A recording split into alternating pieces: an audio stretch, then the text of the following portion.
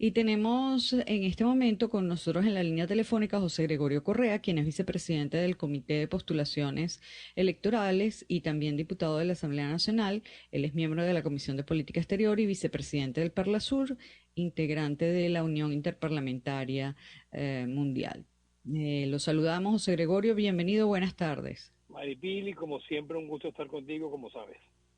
Encantada de conversar contigo, José Gregorio. Mira, cuéntame cómo está la situación en la Asamblea Nacional. Se supone que ustedes ayer entraban en receso parlamentario, pero entiendo que no ha sido así, porque se han declarado en la Asamblea Nacional en sesión permanente para el nombramiento del nuevo CNE. ¿Qué me puedes decir al respecto? Bueno, el término exacto del reglamento es sesiones extraordinarias. Ajá, y eso con motivo de que no puede esperar el nombramiento del CNE al 15 de septiembre cuando se retomen las actividades. No se puede porque hay unas fechas que son constitucionales y que no tienen flexibilidad, que son de poco conocimiento por el público. Una vez que nosotros consignamos como comité al Pleno de la Asamblea, la Asamblea tiene 10 días consecutivos en un lapso, no un término, es otra cosa que es importante. No es que a los 10 días, sino que dentro de los 10 días nosotros tenemos la obligación como cuerpo, la Cámara, no la comisión. La comisión ya no, porque la comisión era una comisión técnica que estaba integrada por 11 diputados y 10 de la sociedad civil. Para los feministas, o diputados y diputadas, para que no, pero por 11 parlamentarios.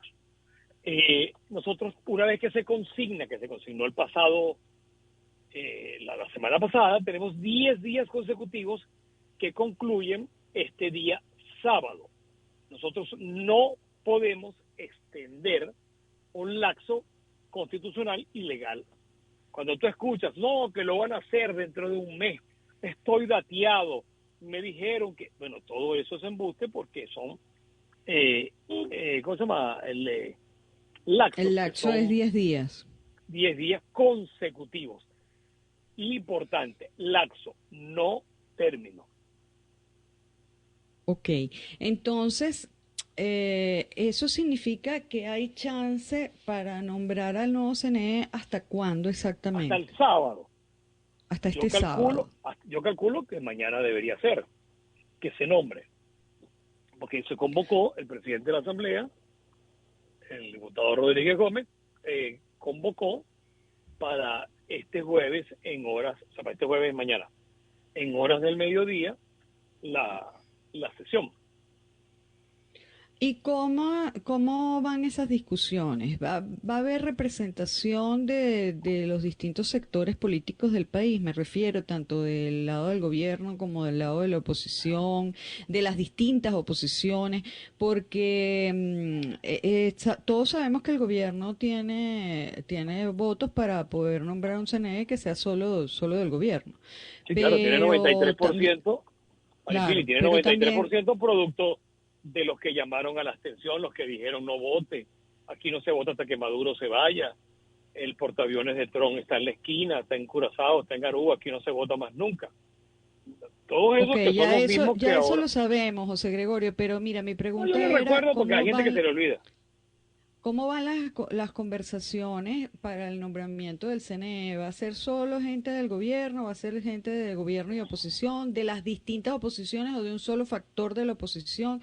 ¿Qué me puedes decir? Bueno, mira, yo aspiro que sea un CNE bastante potable, bastante aceptable por todos.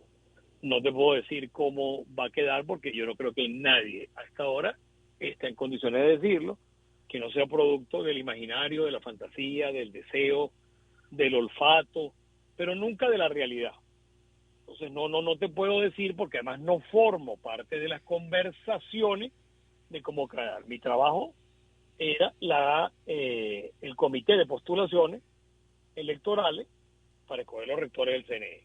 Claro, yo también soy actor político, como dicen ahora, tengo mis deseos, mis pretensiones, mis anhelos en que eso quede lo más potable posible y que, como tú dices, el 93% de la Cámara, o como digo yo, el 93% de la Cámara es del chavismo y justamente alguien me decía ayer, y te lo cuento como anécdota, alguien me decía ayer, pero ¿cómo ustedes se van a calar esa? Le dije, bueno, no las calamos. Yo primero pregunté, ¿usted votó? No. ¿Cuándo va a votar? No. ¿Estaba de acuerdo en votar? No. Bueno, ese es el resultado de eso. Cuando usted no vota, pasa lo que pasa. Entonces, bueno, se vuelven más exigentes justamente los que no votaron. Yo anhelo que tengamos un CNE que sea potable. Nosotros con el CNE que teníamos anteriormente, aparte de este, que era 4-1, bueno, logramos tener 115 diputados. O sea, no era un tema de condición, era un tema de salir a votar. Y saliendo a votar, logramos eso. La vez pasada, logramos 4 gobernaciones, 128 alcaldías, y dejamos de tener 16 gobernaciones por la división.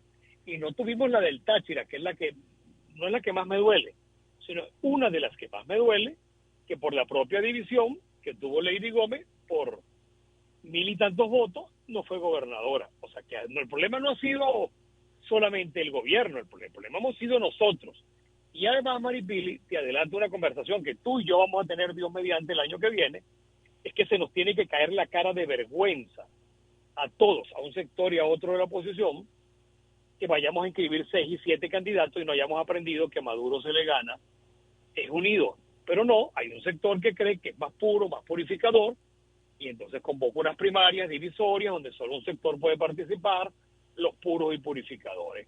Entonces, eso a quien favorece es al gobierno. Nosotros para derrotar al gobierno tendremos que tragar arena, si es necesario, pero tenemos que ir en unidad. No presentar 6 y 7 candidatos el año que viene. ¿Por qué? Porque queremos que la vida gire en torno de los políticos, no gire en torno a las necesidades de un ciudadano que nosotros no le hemos sabido dar oportuna y adecuada respuesta. Ahora, fíjate una cosa, José Gregorio, yo no, ¿cómo es eso que tú no formas parte de las conversaciones que se están dando para negociar el CNE? Te lo pregunto porque, bueno, tú eres uno de los diputados de la Asamblea Nacional, jefe de uno de los grupos parlamentarios importantes, y también estás dentro de un partido político también importante dentro de la oposición. Entonces, a ver, ¿quiénes los representan ustedes, o por lo menos a ti en este caso, quién te está representando en esas negociaciones? ¿Quién está negociando por ti, por ejemplo, por ustedes, por el grupo de ustedes? Es que estamos tratando de hacerlo, ¿cómo se llama?, en unidad. Es lo que yo he procurado, no he querido ponerlo en el nombre y la persona de cada uno, porque lo que trato es justamente de evitar herir esas susceptibilidades. Y yo creo que las conversaciones marchan bien, sospecho que marchan bien, deseo que marchen bien, y no quisiera entrar en esa materia cuando lo que puedo estar es fusilando, o como diría una periodista, me estaría autotubiando, y no quisiera yo mismo hacerme un autogol anunciando o diciendo más o menos lo que es, porque esto es bien delicado. ¿Por qué? Porque esto no es un problema como era antes, 97, 98, 95, 96. Este es un tema de diálogo, de conversaciones. En el comité de postulaciones yo soy minoría, o éramos minoría, y sin embargo no tuvimos que votar hasta que agotamos el diálogo. Yo me empeñé en que conversáramos, que volviéramos, que no votáramos, porque cada vez que voten estoy derrotado, cada vez que se vote estoy derrotado, y yo lo único que tengo es la palabra para tratar de hacerlo. Bueno, la persuasión, y eso es lo que estamos tratando de hacer, y esa persuasión tiene que estar revestida, envuelta en prudencia, y es lo que he tratado de que así sea. Ajá, pero fíjate, Y por así ahí hemos hay llegado hasta aquí, mucha, y hacia aquí hemos llegado hasta aquí.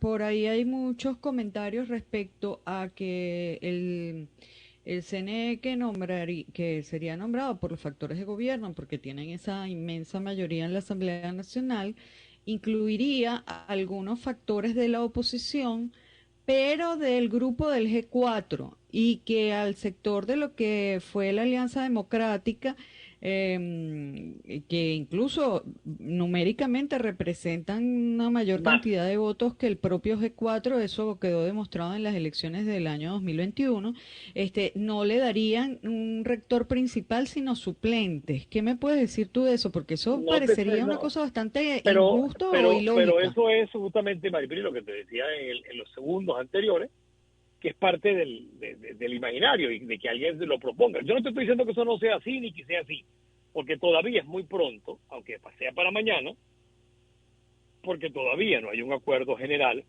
y todavía no tenemos con claridad. Claro que sería injusto que eso ocurriera, claro que sería injusto por un principio de justicia, y además que le quedaría muy malo el discurso al gobierno cuando ese mismo grupo es el que dijo bloqueo, sanciones, tranca tu calle, guarimba, el portaaviones, todo eso. Bueno, no sé si eso es lo que el gobierno quiere con su 93%. Ojalá que no sea así y ojalá que esto sea lo más representativo de una realidad. Lo que sí es cierto es que la Alianza Democrática, voto a voto, sacó mucho más que ese ahora no me acuerdo el número, G algo. Lo que queda del G4.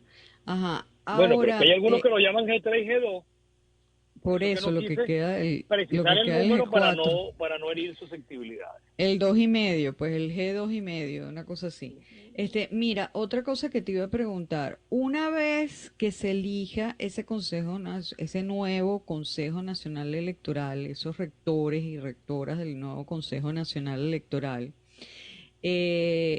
bueno, ellos tienen que asumir su cargo y eso significa, y es una pregunta que te hago, que de allí en adelante dentro de 6 meses pudiera ya estarse convocando las elecciones presidenciales del 2024.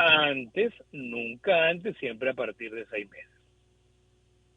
Es decir, a partir de ahí, o sea, que si se nombra ahorita, a finales de febrero ya estaría habilitado ese CNE para convocar elecciones presidenciales. Podría hacerlo, pero no necesariamente tiene que ser en esa fecha. No, claro, claro, claro, pero es que aquí estamos hablando de qué sería lo legal, más allá de que si eso se hace o no se hace, pero Lo que no legalmente puede ser es podría. antes de 6 meses. Ahora que entremos en política y pierdo la prudencia de eso, yo no sé si al gobierno le conviene adelantar unas elecciones, hombre, porque tú sabes que aquí es las contradicciones.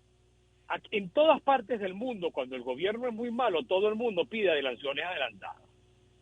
Entonces, aquí es al revés. ¿Tú te has fijado que el gobierno habla te deja entrever que pueden adelantar las elecciones? Y los únicos que se oponen son los de la oposición. Yo no he podido entender cómo es eso.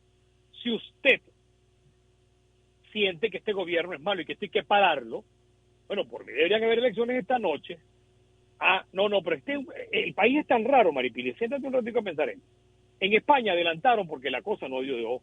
En donde tú Claro, adelantas pero allí el elecciones. sistema es diferente porque es una Claro, democracia parlamentaria. En cambio que sí, pero aquí, aunque eligieran el presidente en febrero o en marzo, igual no toma posesión sino hasta el 10 de claro, enero del 2025. pero no importa cuando, vamos a ver si yo me siguen en esta película. ¿Qué ocurre? Que no, todo el mundo, cuando un gobierno no es bueno, como es cuando un gobierno es malo, como es este, ¿qué ocurre? Usted quiere que haya elecciones ya, para evidenciar que usted es mayoría, que el gobierno perdió legitimidad, que el gobierno va a seguir en el ejercicio de sus funciones, pero va a seguir con lo que se llamaría en derecho una capiti diminutio. Pero no, aquí es al revés. Los que se empeñan en adelantar es el gobierno y los que se empeñan a veces en que no ocurra es la oposición. Esto no ocurre en ninguna parte del sistema solar. ¿Y por qué tú dices que al gobierno no le convendría adelantar Bueno, las porque no elecciones? tiene los votos, Maripili, porque este es un país que está más del 70% molesto con el gobierno y que el síndrome varina es un síndrome que todos los días le ronda el cerebro a todos. El síndrome varina es una cosa interesantísima, el síndrome Cogedes, que es mi estado de afecto. El síndrome varina inhabilitaron, quitaron, y el TCJ, Maripili, dijo que había ganado por 114 votos Superlano.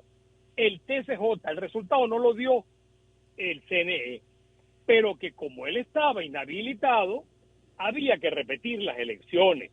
Pero no dijeron que perdió, sino que ganó por 114 votos. Repitieron las elecciones, cambiaron los candidatos y no pisamos el peine de no votar. Pues ahora no votamos. No los quitaron y votamos. Y cuando se repitió las elecciones, Maripili, de 114, que fue la ventaja, pasamos a 50,000. Entonces, el gobierno también sabe leer.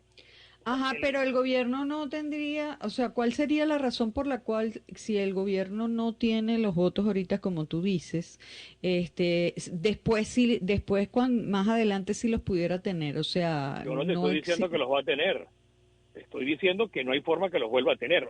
Te lo explico de esta manera más pizarra. No hay gente que tú escuches en la calle, ay, yo nunca he votado por el chavismo, a mí me gustaría votar por ellos, de verdad que el chavismo es chévere. Ay, ay, no, no, no, ellos todos los días cuidan lo que tienen y a lo que juegan es a lo siguiente, a la abstención. Bueno, ya lo lograron Maripili con la Asamblea Nacional. Con el 18% del electorado que acudió a votar, sacaron el 93%. ¿Qué le conviene al gobierno? Que usted se quede en la casa, que no vote, que se ponga bravo con ellos y diga que no vale la pena votar. Y que el día que vote, vote dividido. Bueno, le estamos sirviendo todo en bandeja de plata. La vez anterior, quédate en tu casa, no votes. Si tú votas, estás con Maduro. Ah, bueno, ahora es divididos. 7 oposiciones, 7 candidatos. Bueno, ¿qué mayor jamón para un gobierno que tiene entre 20, 25, algunos dicen que 30, otros dicen que 15%? Bueno, pero nadie dice que tiene más de 30 y tampoco nadie te dice que tiene menos de 10. Entonces, cuando tú tienes repartida la torta en tantos pedazos, lo que te conviene es la división o la abstención, porque no hay votos nuevos para el gobierno. El gobierno no tiene un voto nuevo. O sea, esos votos que ay, yo nunca he votado por el chavismo. Hay gente yo conozco gente, Maripili, que votó por el chavismo y está dispuesta a no votar más. Deben haber, ¿no? Ya. Debe haber gente que votó por el chavismo y ahora no quiere votar por ellos. Bueno, pero No tienes que tampoco tener por cuidado con nosotros. ese análisis, tienes que tener cuidado con ese análisis porque el PSUV trabaja muy bien el tema de la juventud y todo eso son nuevos Yo no, votantes. yo no estoy diciendo que lo que yo tenga tiene razón. Es una opinión que yo tengo como cualquiera otra. Y esa es una visión que yo tengo, que el día que aquí salga todo el mundo a votar, bueno, pasa el síndrome Varina, pasa el síndrome Cogede. Ya. Bueno, interesante tu análisis. Te agradezco, José Gregorio, que hayas estado con nosotros y nos hayas dado toda esta información. Otra vez Muchas tan gracias. poquito, Maripili, otra vez. Tan sabroso que es Bueno, hablar contigo. el tiempo es implacable No, en la Maripili, esto radio es como para y en llevar. los Esto es medios. ahora, esto es como una entrevista en tiempo de COVID para llevar. Igual tú sabes que eres invitado permanente en nuestro programa. Gracias, Muchas Maripili. Un gracias, gran José abrazo. Gregorio. Siempre un gusto hablar contigo. Igualmente, que estés muy bien. Amigo José Gregorio Correa, vicepresidente del Comité de Postulaciones Electorales y diputado de la Asamblea Nacional, con quien estábamos conversando. Hacemos una breve pausa y ya estamos con ustedes.